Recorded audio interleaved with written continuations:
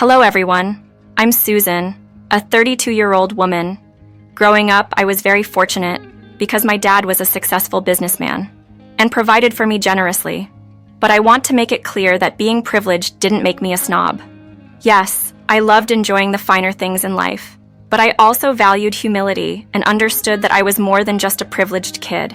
Sadly, once people learned about my background, they often made snap judgments, assuming I was just another entitled rich kid. This was disheartening because it made it difficult for me to form real friendships. Instead of finding true friends, I often encountered jealousy, leaving me feeling isolated and yearning for meaningful connections. That's when Michael came into my life. Our meeting was like something out of a fairy tale, and in a whirlwind of romance, we got married only 4 months after we started dating. It might sound foolish, but I was caught up in the moment. For the first time, I felt what it was to truly love and be loved, and I clung to it fiercely. Michael became my everything, my partner, my support, and my stability in a world full of uncertainties. However, life is full of challenges, and mine came in the form of family dynamics. Michael's parents, John and Elizabeth, were skeptical about our relationship from the start. Their worries were based on stereotypes about my affluent background, fearing I might bring heartache, manipulation, or the pitfalls of a very lavish lifestyle to their son. It hurt me that they judged me without really knowing me, and I deeply wished for their acceptance. I did everything I could to show them that I wasn't just the spoiled girl they thought I was. Then, something happened that changed everything for me. Months after Michael and I married, Elizabeth, Michael's mom, unexpectedly called me one sunny afternoon. Her unusually cheerful voice immediately made me tense, sensing that something out of the ordinary was about to unfold. Elizabeth started the conversation with casual small talk, and then came the surprise announcement. Elizabeth wanted to embark on a luxurious vacation. She and John had been saving diligently for this dream trip, and their excitement was infectious, hinting at the prospect of an adventure they had long awaited. Eager to win Elizabeth's favor and forge a deeper bond, I impulsively offered to cover all expenses. "Really, would you do that?" she asked, astonished. "Absolutely," I assured her. "Your family to me, and I want you to enjoy this trip without any financial worries." Elizabeth hesitated, saying it was too generous, but I insisted, wanting to demonstrate my love and commitment to making this a memorable experience for us all. She was overjoyed at the thought, her happiness clear.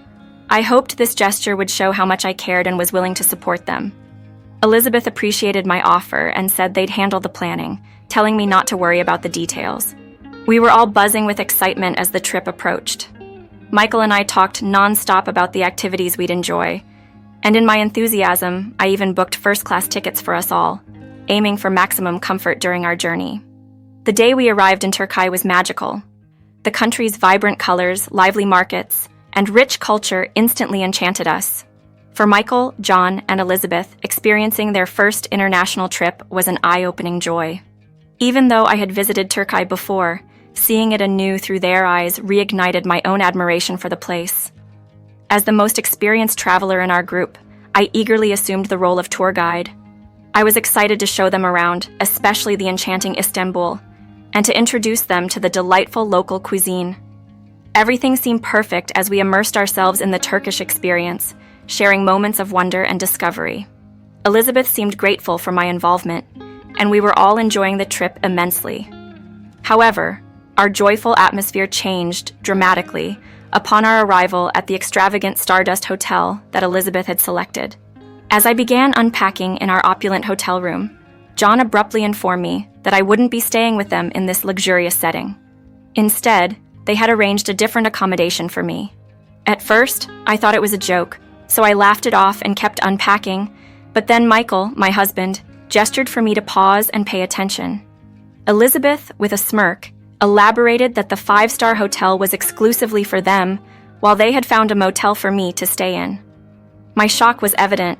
I couldn't grasp what was happening. I looked to Michael for some kind of justification or support, but he remained silent, which only added to my growing frustration. I demanded an explanation, unable to understand their cruel intention. Elizabeth and John didn't hesitate to reveal their true feelings. They accused me of being arrogant, and said this was their way of teaching me humility. They criticized me for offering to cover the entire trip's expenses and flying first class, interpreting these gestures not as acts of kindness but as flaunting my wealth. Their accusations were baseless. I had only intended to share a wonderful experience with my family, not to showcase my financial status. Their words were like daggers, accusing me of being obsessed with money and claiming I acted superior because of my affluent background. They even speculated spitefully about what would happen if my family lost everything, insinuating that I would be worthless without my father's wealth. I was livid, defending myself by stating I've always valued what I had and never considered myself above anyone. I simply wanted to provide a memorable trip for my family, which I saw nothing wrong with. The smug looks on John and Elizabeth's faces revealed the depth of their disdain for me. It was clear they were prepared to go to great lengths to demean me, disregarding the emotional pain their actions would cause. I turned to Michael, seeking some semblance of support or understanding, hoping for a moment of solidarity amidst the turmoil. Michael's face was filled with regret as I pulled away from him, declaring, "You're all fools, and I must be a fool too for ever trusting any of you." My anger was a raging fire, propelling me to gather my belongings and storm out of the room with the force of a tempest. I was seething, unable to fathom their cruelty. As I descended to the lobby, my phone vibrated with a message from Elizabeth, boldly sending me the address of the dismal motel they had reserved for me. At that moment, I chose to sever all ties with them, blocking their numbers to rid myself of such toxicity. Alone in the lobby, I felt utterly abandoned, my hope dissipating as I learned the hotel was fully booked, a final blow to my already bruised heart. Distraught, I found myself weeping in the lobby, a symbol of my isolation. It was then, in my lowest moment, that I decided to reach out to my dad. I shared the entire ordeal with him, from the heartbreak of the betrayal to the humiliation of being left without a place to stay. He listened with compassion, his voice a soothing balm to my wounded spirit. "Oh, sweetheart, I'm so sorry you're going through this. Remember, with our kind of wealth, there will always be those looking to take advantage. It's a hard truth, but it doesn't diminish your worth." I confided in him about Michael, voicing my disbelief and hurt, feeling foolish forever thinking things could be different with us. My dad's wisdom was a gentle reminder that people's failures do not define us. "You're resilient," he assured me, instilling a sense of strength within me. "You'll overcome this, just like you've overcome challenges before. You're not alone." Curious about my situation, he asked about my current whereabouts.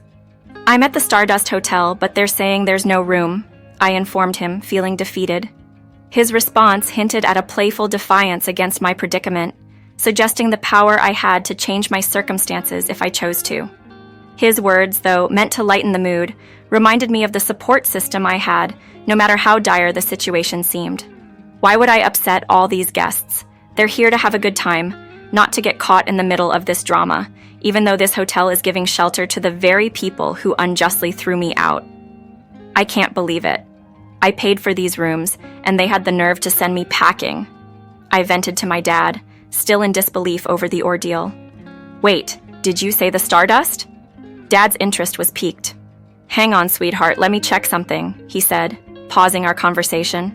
A few moments later, he came back, practically buzzing with excitement. "Well, tell those jokers to pack up. They're in my hotel." "Your hotel? What do you mean?" I was bewildered. It turned out to be an incredible story.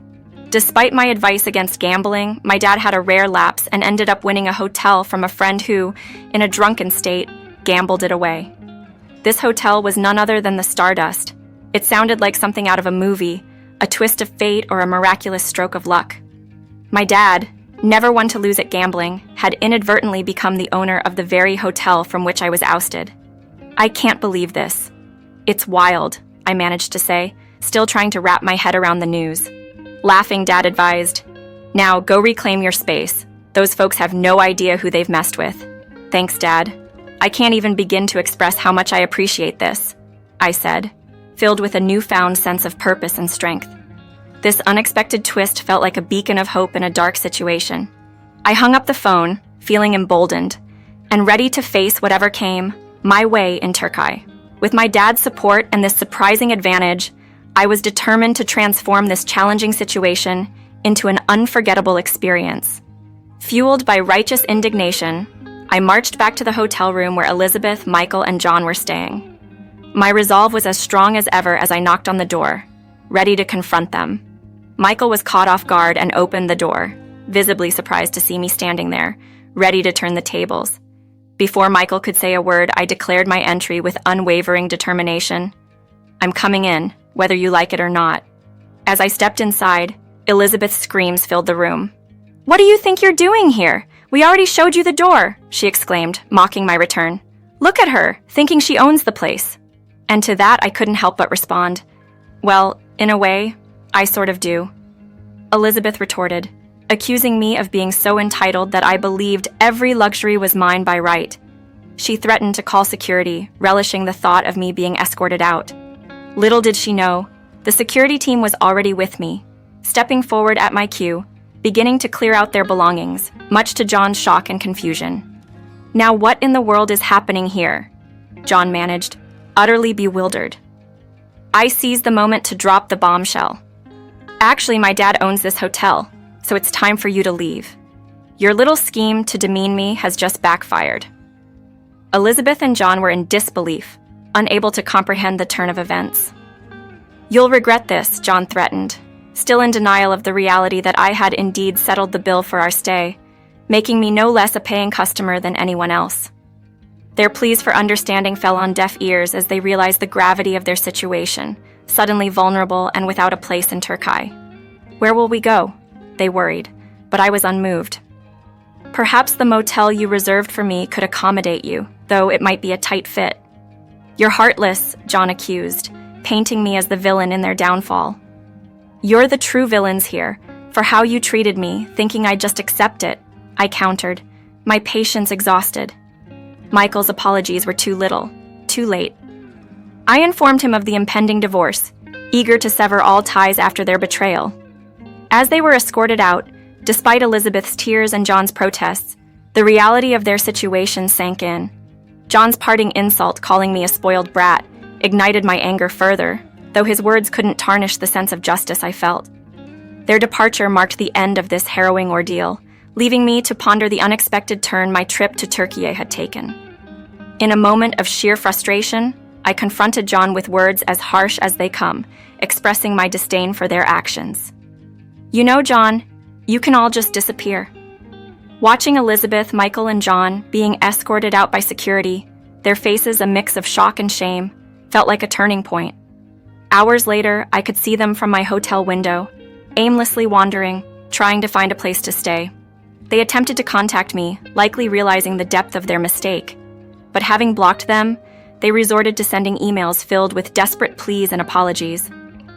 I glanced over the messages but felt no urge to respond. Calling my dad to share the latest developments, I couldn't help but notice their pitiful state from my vantage point. "They seem utterly lost, Dad. It's surprising how hard a time they're having finding accommodation." My dad then revealed he had intervened, using his influence to make their search for a hotel even more challenging. "I might have made a few calls," he admitted, having ensured that their names would not easily find hospitality in the city. I questioned whether this might be taking things too far.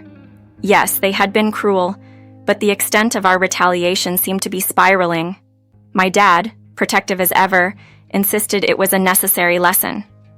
They had to understand the consequences of their actions, he reasoned. I appreciated my dad's intent to protect me, yet I couldn't help but hope we hadn't overdone the retribution. "I hope this doesn't haunt them forever," I mused, wishing that, ultimately, this experience would spark a change in them, not define their entire beings. "Hopefully, they'll reflect and grow from this ordeal," I said, looking forward to moving past this episode and enjoying the peace and beauty Turkey had to offer, with the support and love of my dad paving the way for a more serene stay. After the whirlwind of events, I found solace in my dad's words, reminding me of my strength, resilience, and right to happiness. "You're the best, Dad," I told him, grateful for his unwavering support. It was both ironic and satisfying to learn that Elizabeth, Michael, and John ended up at the dingy motel they had initially reserved for me. Their plans had backfired, landing them precisely in the discomfort they had intended for me. There I was, alone in the expansive hotel suite we were meant to share. The feeling was bittersweet. On one hand, I reveled in the newfound freedom, the liberty to do as I pleased without judgment or pretense. Yet, The solitude also brought moments of reflection on the rapid turn of events that led to my solitary stay. Despite the occasional loneliness, I realized that solitude was far superior to the company of deceitful individuals. A moment of clarity struck me, affirming my worth and the realization that I deserved much better. Empowered by this insight, I sent Michael the divorce papers. His attempts at reconciliation and promises for change fell on deaf ears. I had seen his true colors and knew I deserved someone genuine, not just empty apologies. My time in Turkey, albeit spent alone, was a journey of self-discovery. Upon returning home, I decisively removed all traces of Michael from my life, indifferent to whatever path he and his family chose to take. This experience taught me the invaluable lesson of seeking happiness within myself rather than relying on others' approval. I embraced my independence, dedicating myself to personal growth, pursuing my interests, and surrounding myself with positive influences.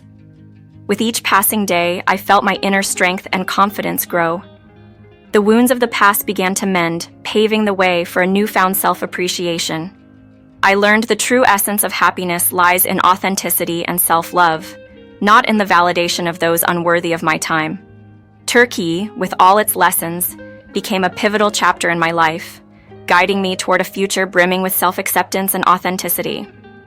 With a determined heart and a smile, I stepped forward, leaving behind the toxicity and embracing a life filled with happiness, defined on my terms.